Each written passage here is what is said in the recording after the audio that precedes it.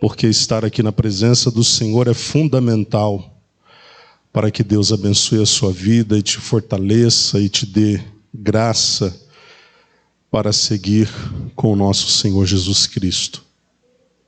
Eu tenho uma palavra para dividir com os irmãos, uma palavra sobre a qual eu tenho refletido no dia de hoje, e eu acredito que esta palavra é uma palavra que vai liberar coisas poderosas sobre as nossas vidas. Amém, meus queridos? Abra sua Bíblia, no segundo livro de Crônicas, capítulo de número 20. Segundo livro de Crônicas, capítulo 20. Nós vamos ler o versículo 12, por enquanto. Segundo livro de Crônicas, capítulo 20, versículo 12. Amém, meus irmãos? A palavra do Senhor diz assim: Ó nosso Deus, acaso não exercerás teus juízos ou teu juízo sobre eles, posto que não temos poder suficiente para enfrentar este exército imenso que vem nos atacar? Eis que não sabemos o que fazer, contudo nossos olhos se voltam para ti. Mais uma vez, vamos ler esse versículo. Ó nosso Deus, acaso não exercerás juízo sobre eles, posto que não temos poder suficiente para enfrentar este exército imenso que vem nos atacar? Eis que não sabemos o que fazer, contudo, nossos olhos se voltam para ti. Meu Deus, mais uma vez em oração, nós nos colocamos diante da tua presença. Nós sabemos que tu és um Deus poderoso, um Deus eterno. A tua palavra diz que a tua destra está operando maravilhas. O Senhor nos deu esta palavra para dividir com o teu povo nesta noite. E que esta palavra, Senhor, ao ser liberada, possa prosperar e produzir todos os frutos possíveis para louvor e glória do teu nome. Produza, Senhor, no coração do teu povo a fé necessária para receber esta mensagem e para crer que ela poderá gerar muitos resultados em suas vidas, para a glória do nome do Senhor, nós te pedimos. Amém. Meus queridos, nesta noite, baseado neste texto de 2 Crônicas, capítulo 20, versículo 12, na verdade, não apenas o versículo 12, eu li o versículo 12 como base, mas nós vamos pensar sobre o capítulo 20, do versículo 1 até o versículo 30. Eu quero pregar sobre o que fazer quando nos deparamos com algo contra o qual nós não podemos lutar sozinhos. Vou repetir. O que devemos fazer quando nos deparamos com algo contra o qual não podemos lutar sozinhos?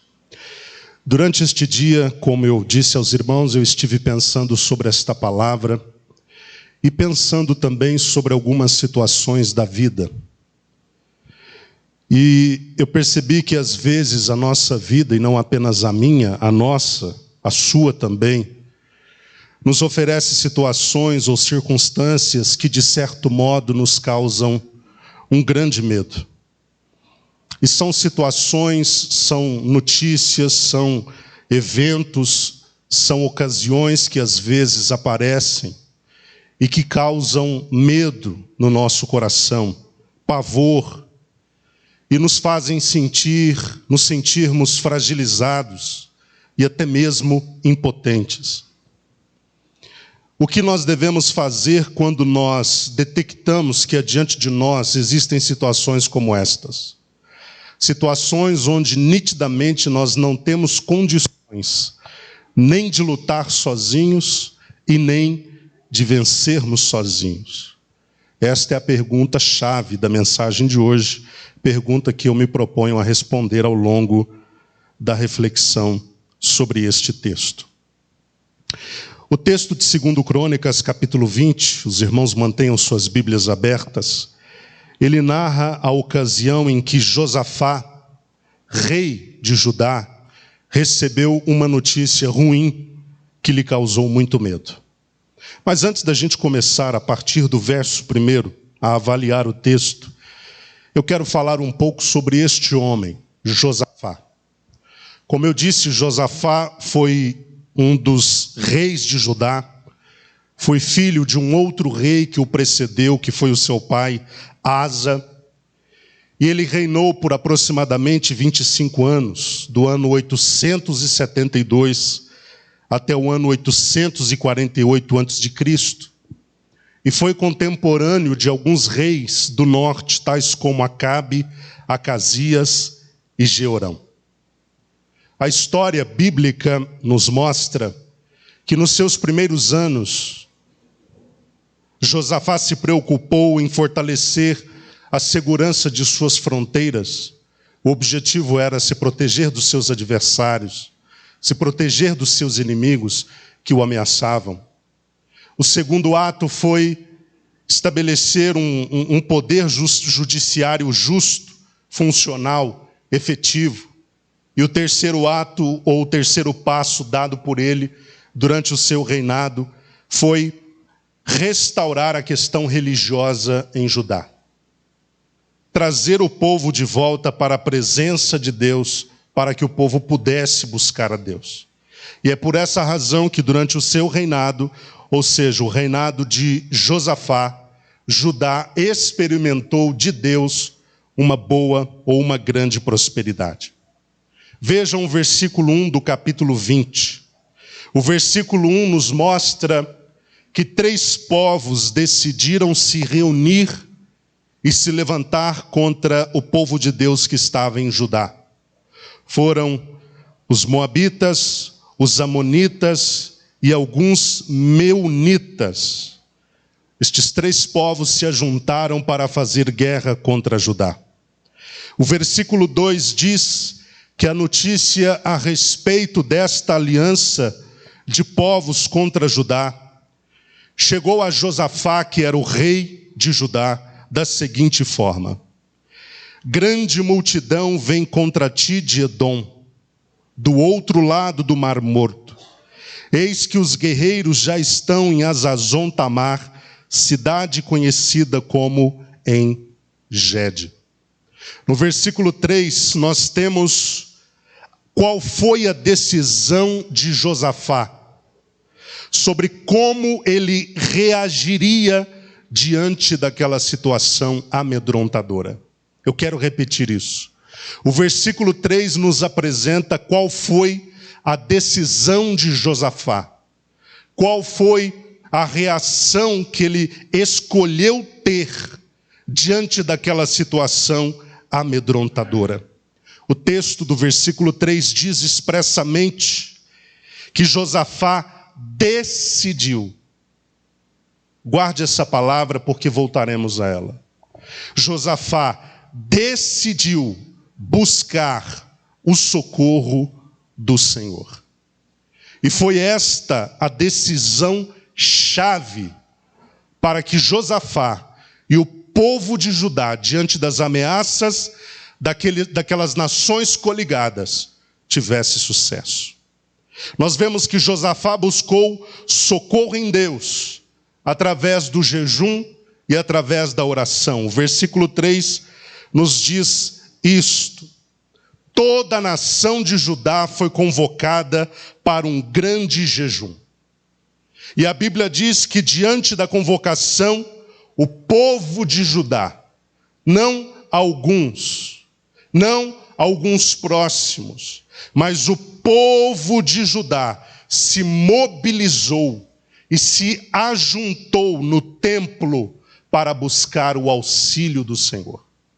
O versículo 4 diz que gentes de todas as cidades vieram ao templo para buscar a ajuda de Yahvé, o Deus Todo-Poderoso, o Deus que diante das ameaças que nos amedrontam, é poderoso para intervir de modo sobrenatural e nos dar vitória.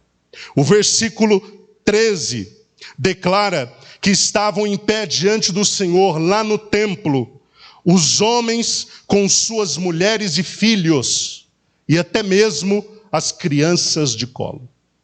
É por esta razão que eu acabei de dizer que quando convocados para um trabalho de busca ao Senhor e jejum, o povo todo se mobilizou, procurou o templo, buscou a face do Senhor, as famílias se reuniram na pessoa dos homens, na pessoa de suas mulheres, de seus filhos, bem como as crianças de colo.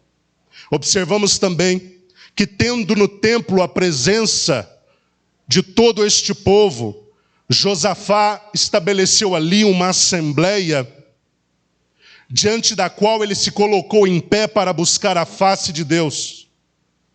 E na sua oração, ele reconheceu os atributos inconfundíveis de Deus. Reconheceu sua fidelidade à promessa que havia feito a Abraão, bem como o amor de Deus pelos seus descendentes. Veja o versículo 6 ao versículo 9. E exclamou: ó Senhor Deus de nossos pais, não és tu Deus que habita soberano nos céus, reconhecendo a soberania, atributo inconfundível de Deus. Não és tu que governas sobre todos os reinos das nações da terra?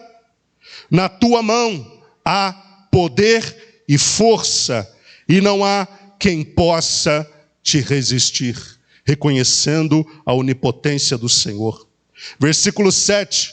Ó Yahvé, não és tu que é o nosso Deus, que diante de Israel teu povo desolaste os habitantes pagãos desta terra?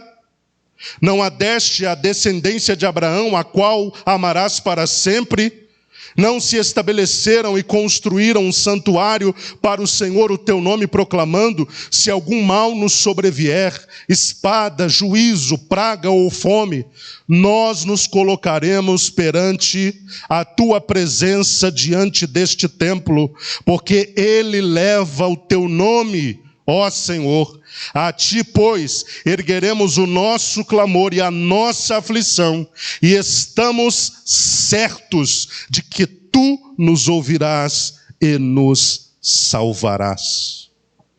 Depois de reconhecer os atributos inconfundíveis de Deus, bem como sua fidelidade à sua promessa feita a Abraão e o seu amor em relação aos seus descendentes, do versículo 10 ao versículo 12, na parte A, Josafá apresenta ao Senhor de forma direta e detalhada a sua situação, confiando no juízo de Deus.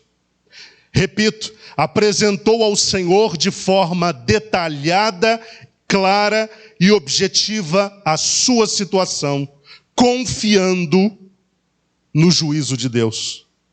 Agora, portanto, versículo 10, eis que os descendentes de Amon e de Moabe, os habitantes do monte Seir, cujas terras não permitiste a Israel invadir quando vinha do Egito, e por esse motivo os israelitas se desviaram deles e não os destruíram.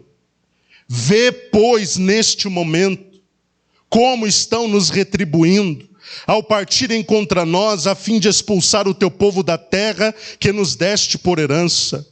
Ó nosso Deus, acaso não exercerás juízo sobre eles, posto que não temos poder suficiente para enfrentar este exército imenso que vem nos atacar? Eis que não sabemos o que fazer, contudo nossos olhos se voltam para ti. Veja que Josafá, depois de apresentar com detalhes a sua necessidade, como lemos na parte B do versículo 12, ele reconhece a sua insuficiência diante dos seus adversários.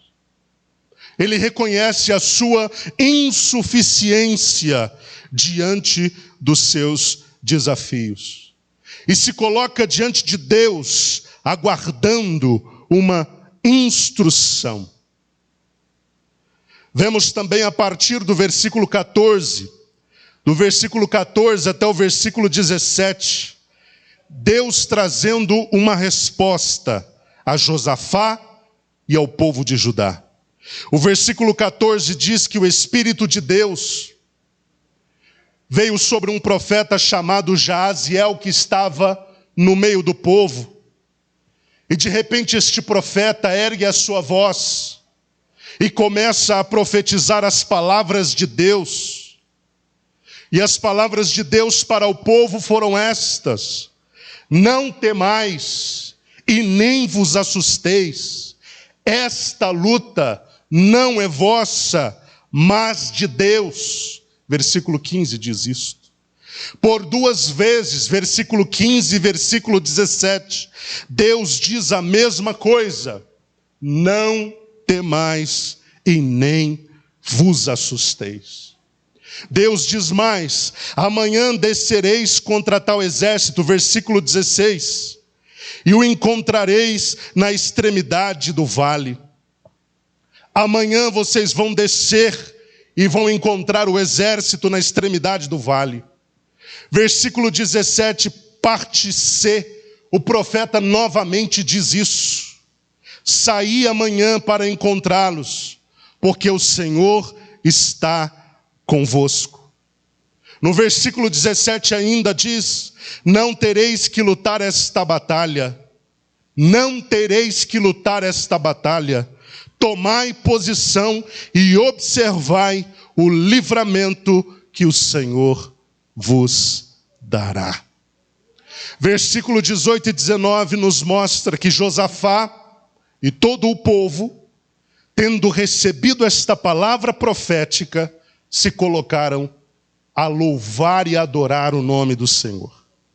Versículo 20 diz que na manhã seguinte, antes de saírem contra os seus adversários, Josafá se posicionou diante do povo para estimular a fé deles. Versículo 20, olha o que diz: ouvi-me, ó Judá e moradores de Jerusalém, crede sem sombras de dúvidas em Yahvé, o Senhor vosso Deus, e estareis sempre seguros. Confiai nos profetas do Senhor e sereis bem-sucedidos. No versículo 21, melhor dizendo, os cantores, depois de ouvirem esta recomendação, este estímulo, este encorajamento à fé, imediatamente se posicionam diante do povo de Deus. E eles começam a dizer algo para o Senhor e algo para o povo. Versículo 21. Começam a dizer algo para o povo: rendei graças ao Senhor, pois a sua misericórdia dura para sempre. Enquanto louvavam a Deus, enquanto adoravam ao Senhor, Deus confundiu os inimigos e os destruiu. Versículo 22 ao versículo 24, vejam o que Deus fez depois de o povo crer e depois de o povo louvar e adorar o seu nome. Versículo 22 em diante.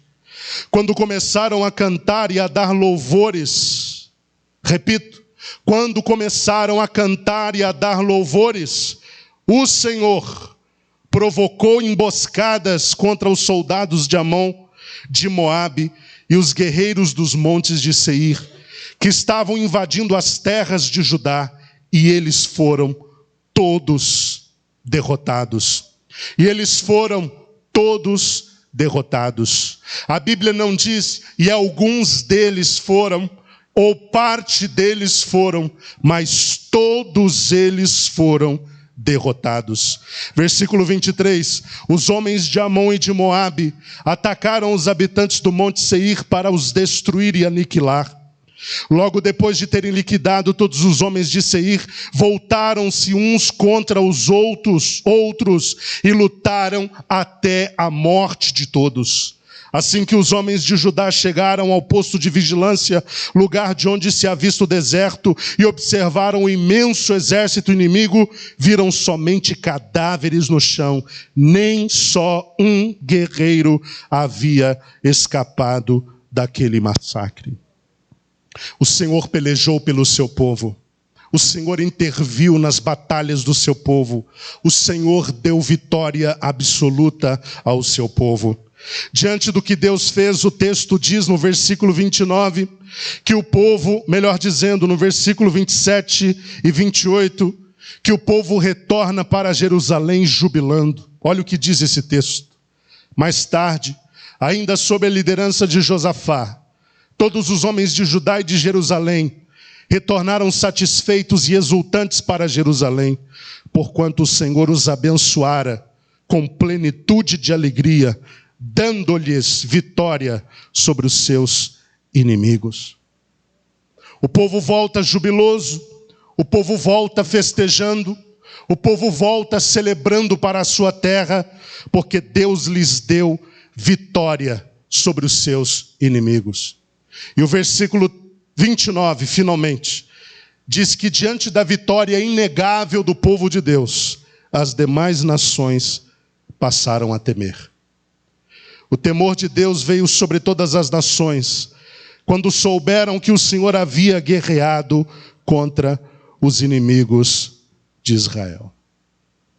Meus queridos, eu tenho contado e lido estes textos e contado esta história, porque, como eu disse no começo, às vezes nós, durante a nossa vida, nos deparamos com situações que a gente reconhece que não pode lidar sozinho com elas. Às vezes, nós nos deparamos com inimigos que são fortes demais, ou que são grandes demais, ou que são assustadores demais, para que a gente, com a nossa pequena força, possa resisti-los. Então, o que fazer quando isso acontece? Desesperar? O que fazer quando isso acontece? Desistir da fé? O que fazer quando isso acontece? Abandonar a igreja? O que fazer quando isso acontece? Perder noites de sono? A resposta é não para esta pergunta. E nesta noite nós vamos ver rapidamente o que fazer quando você está diante de um adversário, de uma luta, de uma dificuldade que você sabe que não pode vencer sozinho. Primeiro, busque socorro em Deus. Eu vou repetir isso porque eu preciso que você não se esqueça. Busque socorro em Deus. Eu disse minutos atrás que quando Josafá soube daquela reunião de nações, de povos contra ele, ao invés de se desesperar, ao invés de questionar a Deus, ao invés de fugir, ao invés de procurar reunir outros povos para junto dele lutarem contra essas nações, Josafá decide buscar o socorro em Deus. E esta foi a decisão chave para que Josafá tivesse vitória. Ouça nesta noite a palavra que eu digo. Quando você está diante de algo que é maior do que você, quando você está diante de um adversário que é mais forte do que você, quando você está numa guerra que você sabe que não tem forças suficientes para vencê-la sozinho, não adianta fugir, não adianta desistir de Deus e da fé, não adianta abandonar a igreja, não adianta entrar nas redes sociais e desaguar, não adianta entrar no Facebook e desabafar, não adianta procurar familiares, não adianta procurar amigos próximos, porque eu digo para vocês, existem situações na nossa vida, que por mais que os nossos amigos nos amem, por mais que os nossos familiares nos amem, por mais que o nosso pastor nos ame, eles não podem fazer absolutamente nada por nós. Nessa situação, o que nós fazemos? Buscamos o socorro do Senhor, porque Deus tem socorro para cada um de nós. O Salmo 46, no verso 1, diz algo sobre o qual eu penso constantemente. Deus é o nosso refúgio e fortaleza, socorro presente na adversidade. Repito, Deus é nosso refúgio e fortaleza, socorro presente na adversidade. Você está diante de algo contra o qual não tem forças para lutar sozinho.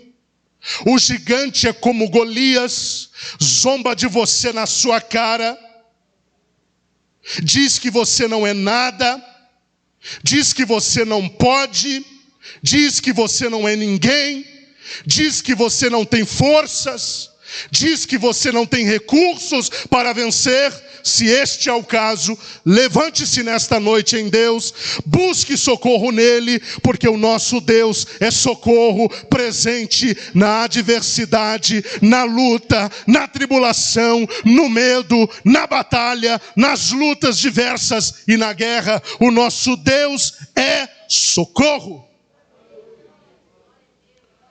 Busque o socorro do Senhor. E talvez você esteja me perguntando, mas Felipe, como eu vou buscar o socorro do Senhor? O texto nos mostra. Busque o socorro de Deus através do jejum e da oração. Eu estou aqui nesta noite para encorajá-los a aprimorarem e a investirem nas suas disciplinas espirituais. Jesus Cristo disse que com a saída ou retirada do noivo, os discípulos precisariam jejuar. Eu sei que é algo sobre o qual não se prega tanto hoje. É algo sobre o qual não se ensina tanto hoje. Porque, infelizmente, muitos crentes perderam o hábito do jejum. Mas a palavra de Deus nos mostra que Josafá, quando busca socorro em Deus, ele convoca o povo para jejuar. O jejum é uma ferramenta indescritível para afinar o nosso espírito com o Espírito de Deus. O jejum é uma ferramenta poderosíssima para nos elevar até o lugar onde Deus, através do seu Espírito, irá falar conosco para nos dar instruções e respostas sobre o que fazer para nós vencermos. Mas não apenas isso, não apenas o jejum, mas também a oração. Infelizmente, hoje as pessoas têm o hábito de desabafarem nas redes sociais. Elas entram no Facebook, no Instagram, no Twitter e em tantos lugares, e elas desaguam suas mágoas. Elas desaguam seus descontamentos, até os descontentamentos em relação à igreja. Elas se abrem em público, mas o fazem inutilmente. Porque o socorro não vem do amigo, como eu disse. O socorro não vem do pai, da mãe, do irmão, do marido, da esposa, como eu disse. O socorro de verdade, ele vem do nosso Deus. Entra no seu quarto, feche a sua porta, dobre o seu joelho, busque o Pai que te vê em secreto, porque Jesus diz que o Pai que te vê em secreto te recompensará. Dobre os joelhos, desague suas mágoas, desague suas dores, desague seus medos sobre o Senhor, porque o nosso Deus é capaz de lidar com isso, e é capaz de te socorrer na hora certa. O nosso Deus é capaz de digerir as informações e de te dar a resposta a seu tempo, conforme a sua vontade. Quando orar, seja claro com Deus. Quando orar, seja transparente com Deus. Quando orar, seja objetivo com Deus. Quando orar, seja detalhado com Deus. Quando orar, trate nas minúcias o seu problema. Quando orar, desvele diante do Senhor aquilo que imprime medo sobre o seu espírito. Quando orar, apresente a Deus suas necessidades com as suas palavras, porque o nosso Deus, Ele quer parar para te ouvir, Ele quer parar para te escutar. O nosso Deus tem ouvidos e Ele ouve o que nós dizemos. Segundo o livro de Reis, capítulo 20, verso 5. Deus dá uma resposta ao rei Ezequias através de Isaías. Quando Isaías chega e diz: Ezequias, põe a tua casa em ordem, porque você morrerá. Ezequias se volta para a parede e começa a buscar ao Senhor, pedindo a Deus: ah, Senhor, tem misericórdia. Ah, Jesus. Ah, meu Deus. Ele começa a apresentar em oração o que ele precisava. E Deus fez. Quando Isaías estava na metade do caminho, ainda dentro do palácio, Deus diz: Isaías, volta, porque eu tenho outra palavra para Ezequias. E quando Isaías volta, Deus diz: ouvi a tua oração e vi as tuas lágrimas. O nosso Deus não é de pau, não é de madeira, não é de porcelana. O nosso Deus não é de gesso, não é de concreto, não é de pedra.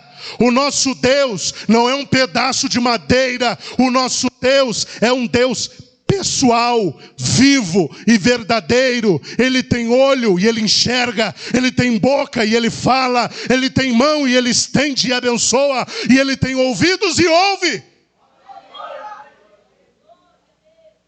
Ore.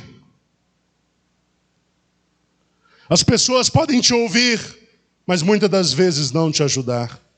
Deus pode te ouvir e pode te ajudar.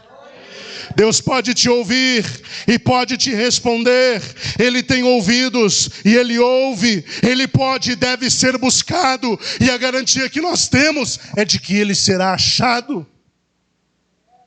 Jeremias é um texto que eu gosto muito de ler e pensar. 29, 13 e 14, parte A diz: palavras do Senhor ao seu povo: e buscar-me-eis e me achareis, quando me buscardes de todo o vosso coração, e serei achado de vós, diz o Senhor. O nosso Deus, quando buscado, é encontrado. Quando você entra no quarto e ora e busca a face do Altíssimo, Ele se permite ser achado. E Ele te abençoa, e Ele te ajuda, e Ele te dá respostas, e Ele te dá vitória sobre os seus desafios. Em segundo lugar, primeiro lugar, busque socorro no Senhor. Segundo lugar, tome posição e encare a situação de frente, seja ela qual for.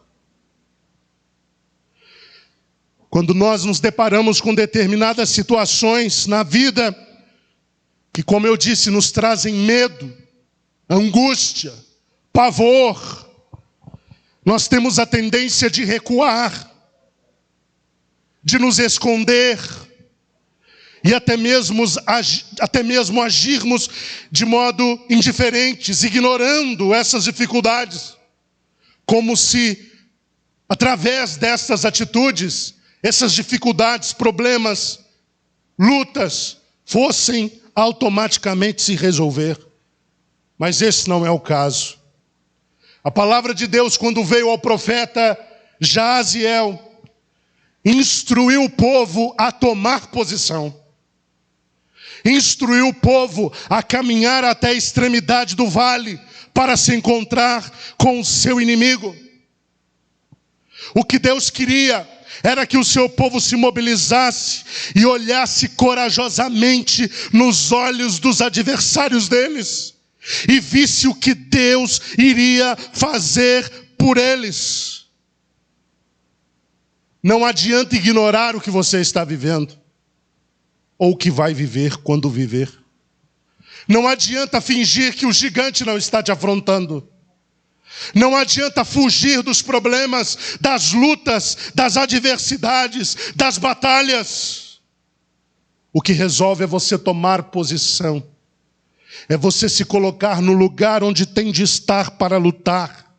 Porque quando você se ergue diante da dificuldade, quando você levanta diante da luta e da tribulação e da guerra que está vivendo, e olha nos olhos dessa guerra, e olha nos olhos desta batalha, você começa a ver uma intervenção sobrenatural de Deus sobre estas coisas que te afligem, e Deus começa a te dar vitória.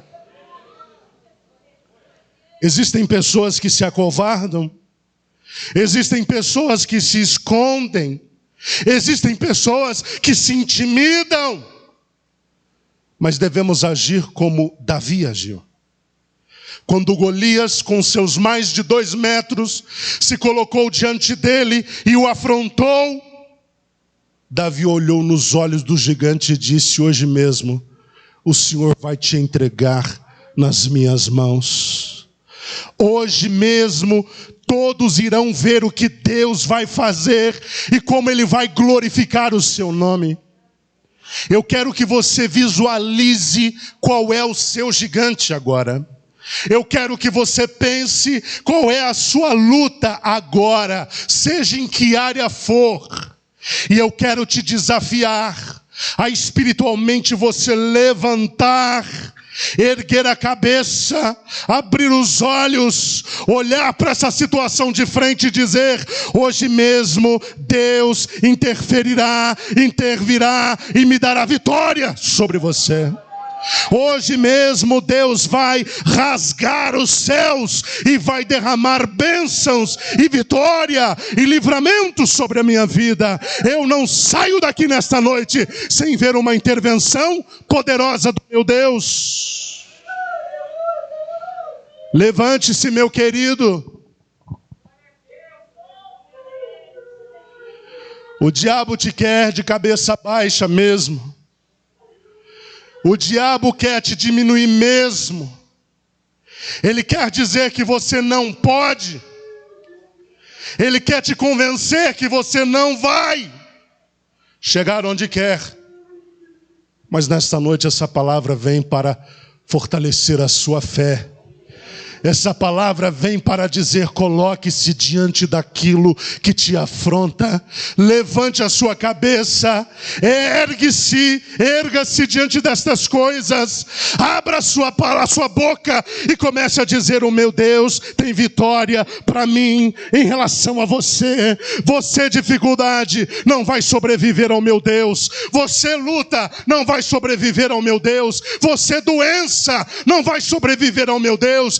Você, dificuldade, não vai sobreviver ao meu Deus, porque o meu Deus tudo pode, é soberano, é rei, é absoluto, está sentado num trono de glória, e tudo o que Ele quer, Ele faz. Ele tem força, Ele tem poder. Quando Ele decide fazer, ninguém pode resistir.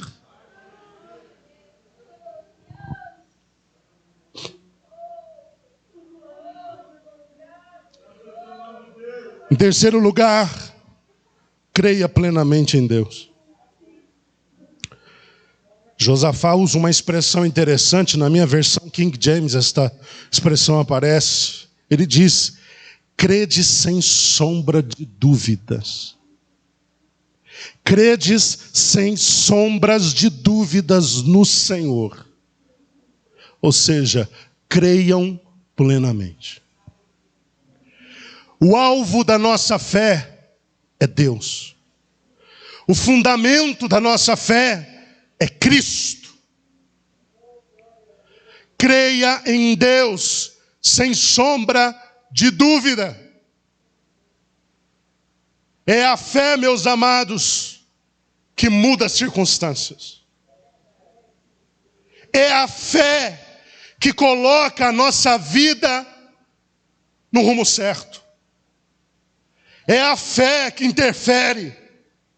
É a fé que move o braço de Deus a nosso favor. É a fé que nos coloca num lugar seguro e de sucesso. É a fé que esbofeteia o nosso inimigo. É a nossa fé que abre as portas. É a nossa fé que aplana os caminhos. É a nossa fé que remove os montes e os transportam para onde for necessário. É a nossa fé que traz do sobrenatural a nossa bênção. É a nossa fé que mobiliza os céus a nosso favor. Nesta noite, seja o que for que você esteja vivendo, creia. Porque a palavra de Deus diz: tudo é possível ao que crê. Tudo é possível ao que crê. E finalmente, em quarto lugar, encha o seu coração. Vou repetir isso.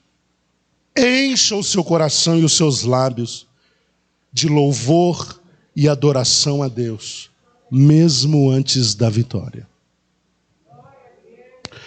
O texto diz que quando louvaram a Deus, o povo o fez com grande voz.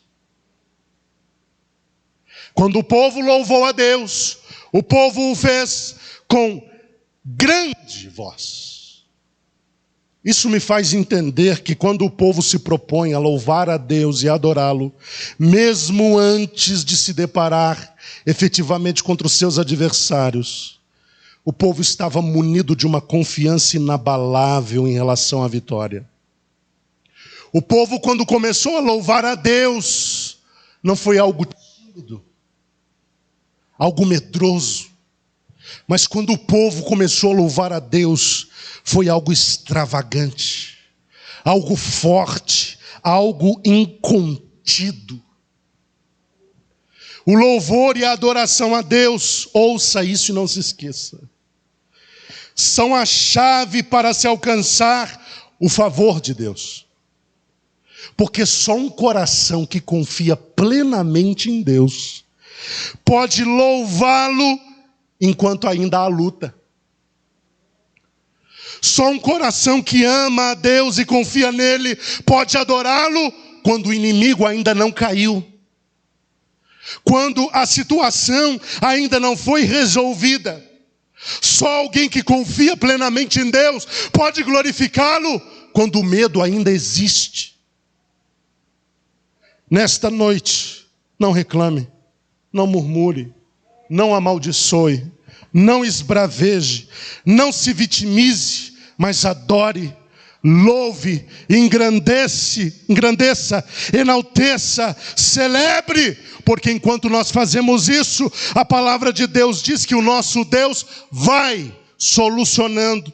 O nosso Deus vai resolvendo, o nosso Deus vai intervindo, o nosso Deus vai curando, o nosso Deus vai redirecionando as coisas, o nosso Deus vai liberando a nossa vitória, o nosso Deus vai abençoando, o nosso Deus vai derrubando as muralhas, enquanto nós adoramos o seu nome, enquanto nós bendizemos o seu nome, enquanto fazemos isso, o braço de Deus está trabalhando para nos dar vitória em relação àquilo contra o que estamos lutando. A partir de hoje, ouça essa palavra, encha o seu coração de louvor, encha os seus lábios de adoração, como fez Judá, renda graças a Deus, mesmo que as coisas ainda não estejam no controle. Eu quero te dar uma dica nessa noite. Sabe como é que o crente faz? Quando está enfermo, ele diz: Senhor, eu te dou graças, porque eu sei que serei curado. Quando ele está com um problema, ele diz: Senhor, eu te dou graças e te agradeço, porque eu sei que a solução já está chegando para a minha vida.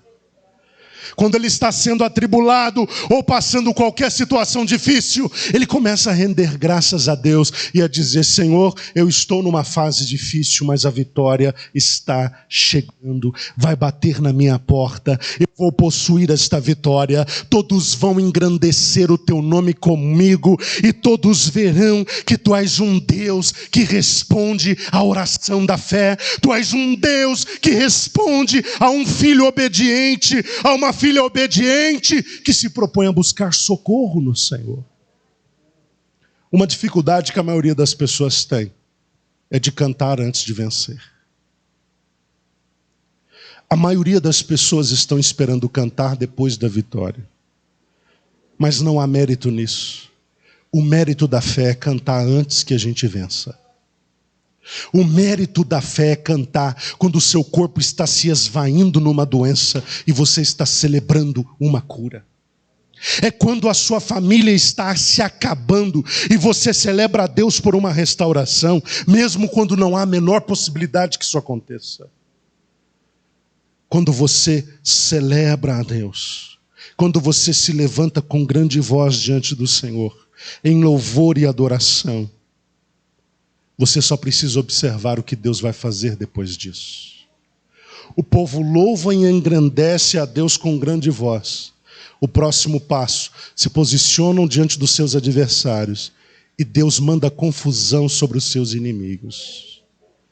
Os dois povos maiores se voltaram contra o povo menor e depois os dois povos maiores começam a lutar entre si e eles se matam. Israel, nenhum soldado de Israel teve que desembainhar uma única espada.